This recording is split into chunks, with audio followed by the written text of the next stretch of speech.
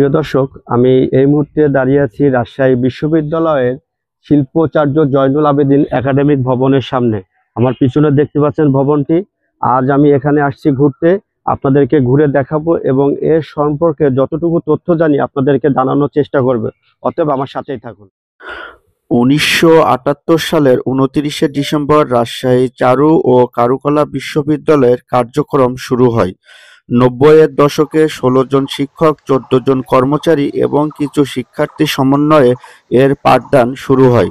বর্তমানে শিল্পাচার্য জয়নুল আবেদীন একাডেমিক ভবনে চারুকলা অনুষদের 3টি বিভাগে মোট 27 জন শিক্ষক পাঠদান এবং 6 শতাধিক শিক্ষার্থী অধ্যয়ন করছেন। বিভাগ 3টি হলো গ্রাফিক্স ডিজাইন, কারুশিল্প ও শিল্পকলার ইতিহাস, চিত্রকলা, প্রাচ্যকলা ও ছাপচিত্র, মৃৎশিল্প, ভাস্কর্য। 3টি বিভাগে 8টি বিষয়ে স্নাতকোত্তর ও সম্মান প্রোগ্রামে পড়ানো হয়।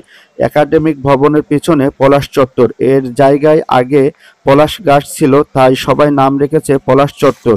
আর চত্বর ঘিরে শিক্ষার্থীদের নানা আয়োজন। তবে এখন পলাশ গাছটি আর নেই। পলাশ চত্বরের পিছনে রয়েছে পুরনো মহাবিদ্যালয়টি।